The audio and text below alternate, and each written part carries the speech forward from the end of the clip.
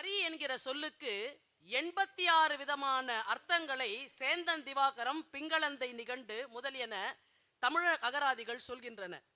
இந்த 86 பொருட்கள், ஒரு சொல்லுக்கு 86 பொருட்கள் உண்டு என்பது தமிழ் மொழிக்கு மட்டுமே சாத்தியமான ஒன்று.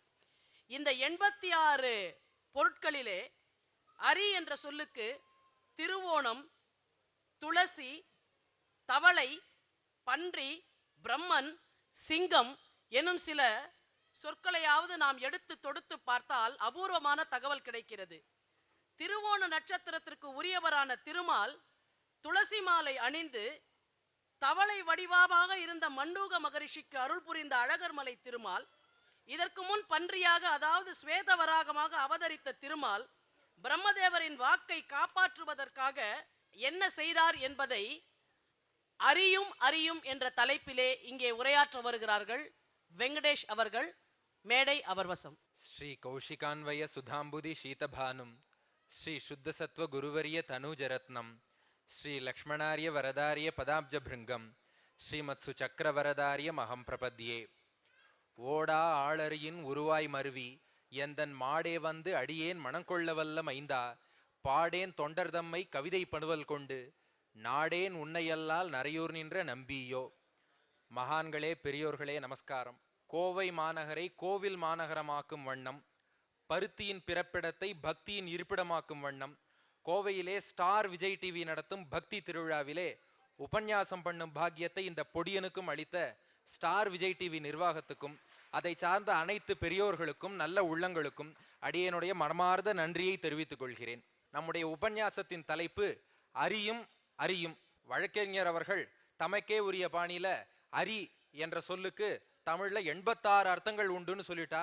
அடியேனுக்கு இப்பதான் தெரியும் அதுக்கு 86 அர்த்தங்கள் உண்டுன்னு. அடியேன் அரிங்கிற சொல்லுக்குள்ள 2 அர்த்தத்தை பத்தி தான் உபன்யாசம் பண்ண போறேன். இதுல இன்னொன்னு உங்களுக்கு தெளிவுபடுத்தணும். அரியும் அறியும்ல ரெண்டுமே சின்ன அரி தான், இடையினர் அகரம். அதாவது தமிழ்ல சொல்லுவா, கற்கண்டுக்கு போடுறாரா பெரியரா வல்லினர் அகரம், சர்க்கரைக்கு போடுறாரா சின்னரா இடையினர் அகரம்னு. இந்த அரியும் அறியும்ல இரண்டுமே சின்னரி இடையினர் அகரம் தான். சரி, இது எதை பத்தின உபன்யாசம்? வழக்கறிஞர் 86 சொல்லிட்டு போயிட்டாங்க.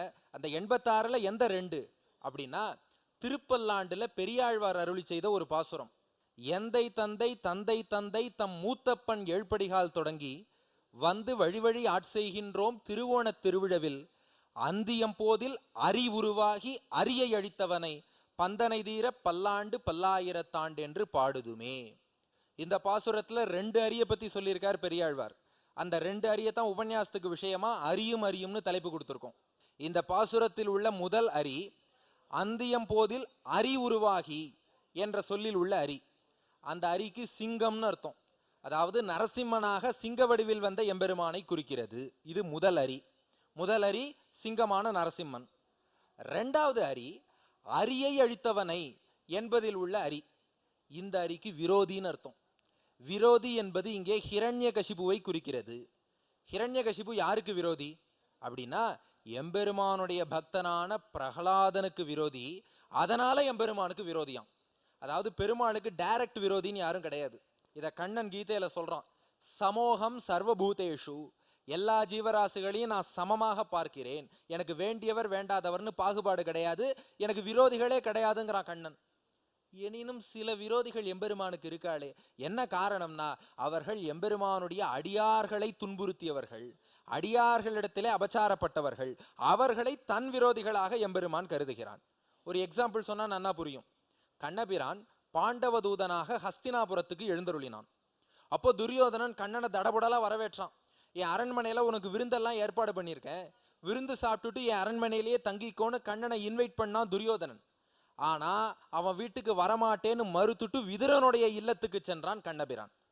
இத்தனைக்கும் துரியோதனன் கண்ணனுக்கு சம்மந்தி வேற. துரியோதனனுடைய மகளான லக்ஷ்மணாவை கண்ணனின் மகனான சாம்பன் திருக்கல்யாணம் பண்ணிட்டு இருக்கான்.